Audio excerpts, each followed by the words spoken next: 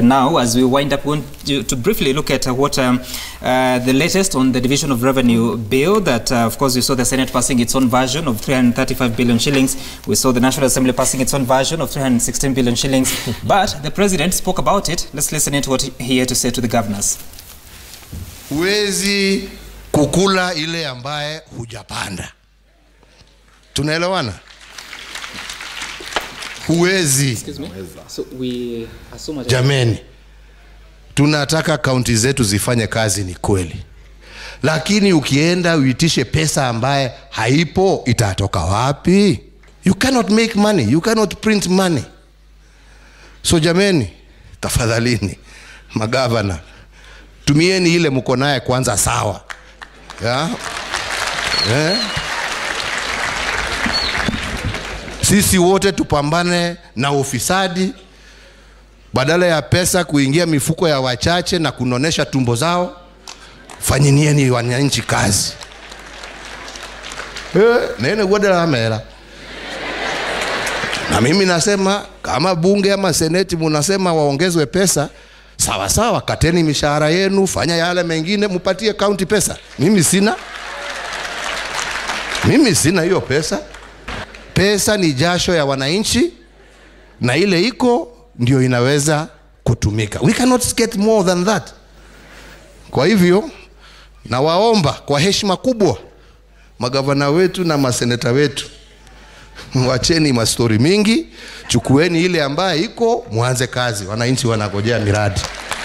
All right, so that's the President, of course, saying that if the Senate and Parliament, Bunge and Senate, want more money, then they should reduce their salaries. So, Senator Mithika, what's the status now that we have two different versions of bills? There's the contention of where that bill should emanate from or originate from, and the President has said there's no more money. So where does that take the battle for more resources?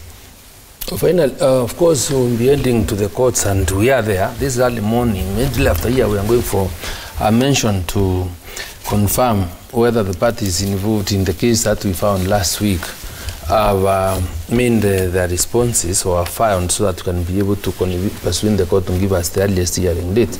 Because our position is that the appropriations bill that the President has signed is illegal. It's illegal, is null and void, and has no legal effect.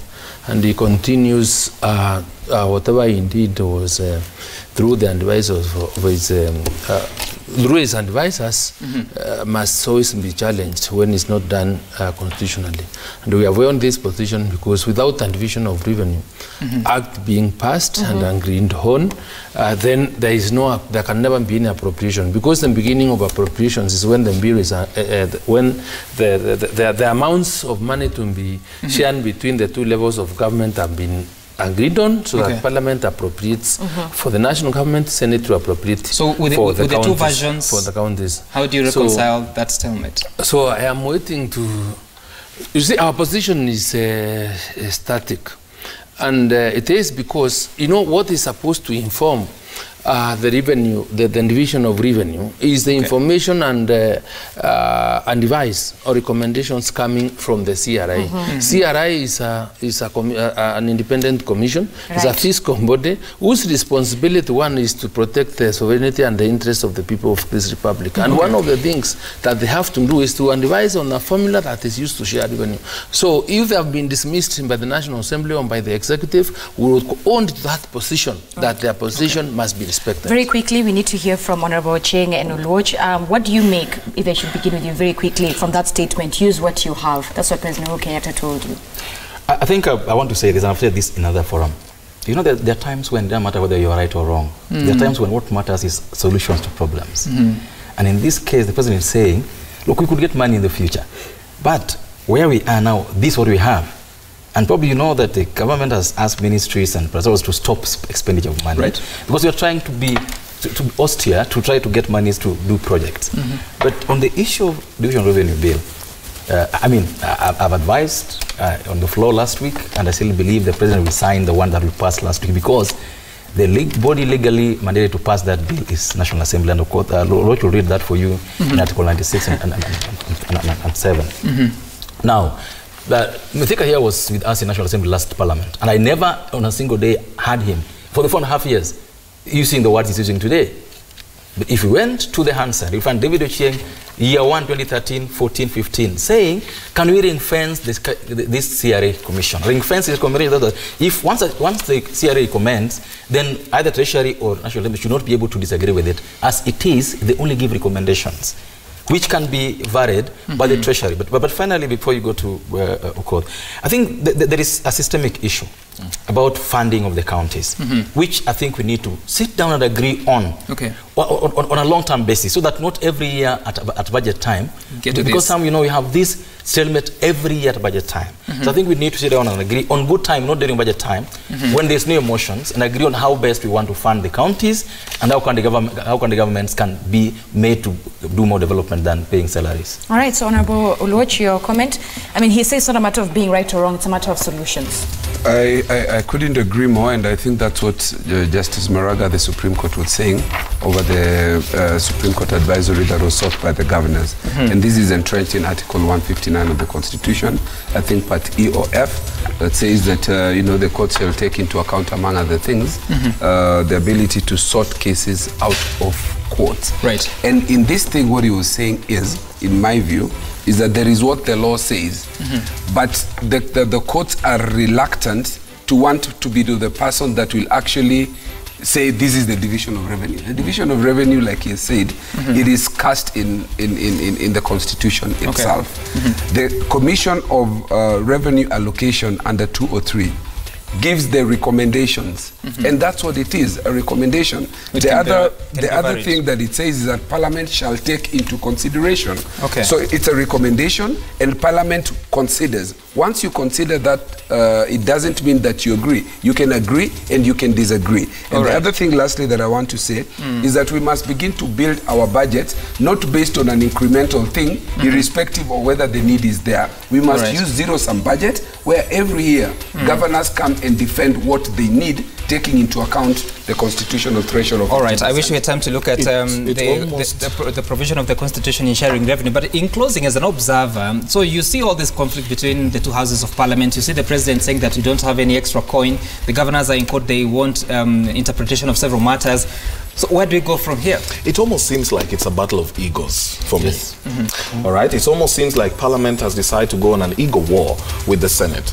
The Senate has the backing of CRA, and they have the backing of a ruling, an advisory by the Supreme Court in 2014 that said that Parliament cannot do that particular mandate without consulting the Senate. Parliament has decided this is it. Parliament says we are going to give you 19 billion less. The Senate says we want 19 billion more for the counties. Right. Now, there is a rule in Constitution that 15% of the country's latest audited revenue will be assigned to the counties. Whose job is it to determine that? I thought it's the Commission on Revenue Allocation. But I agree to the extent... consultation with the Treasury. That's fine. I agree with David Ochieng when he says that we need to get solutions for now. The problem is when you create solutions for now without anchoring it in law, then tomorrow there'll be a problem again, and we will get back to this point. All right. Now, people are going to say, we are talking about 19 billion. You know, what is being lost here, what is being spoken about is the equivalent of the amount that is misappropriated in Aror Kimwarer, which is lost in the national government, not at the counties. That would be the argument one would pose.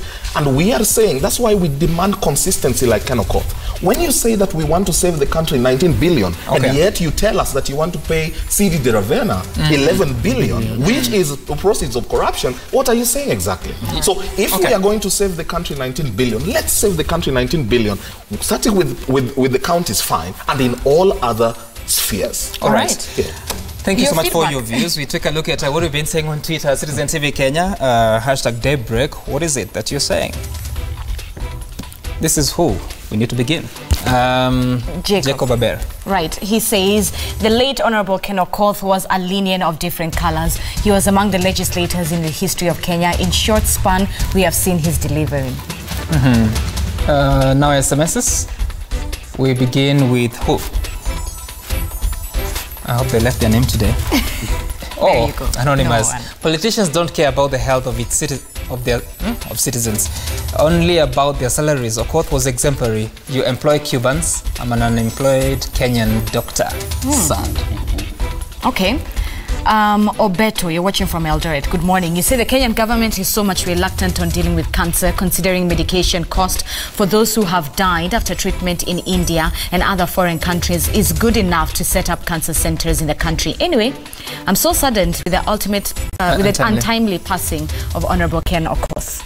And finally, the 22422, Miano from Nyeri, let the government provide facilities for diagnosis closer to the people. I am a graduate and I don't know where I can access diagnosis. Also provide information on diet and other issues of cancer management. We are relying on social media. Thank you so much, Miano from Nyeri, on your views and of course for taking part and giving us feedback on what we've been discussing, the three topics that we've focused on. David Oseni, governance analyst, Senator Mithika Linturi from Meru, David Ochieng from Ugenya, and Anthony Oloch from Mathare constituency. Thank you so much for making time for us and wish you well. Now, up next, we have Sporty Monday, but later on, we'll be speaking to the governor of Vihiga County, that is Zulbo Tichilo, at 9 o'clock. He'll be coming to share a few views in as far as this division of revenue bill is concerned. Back in a moment.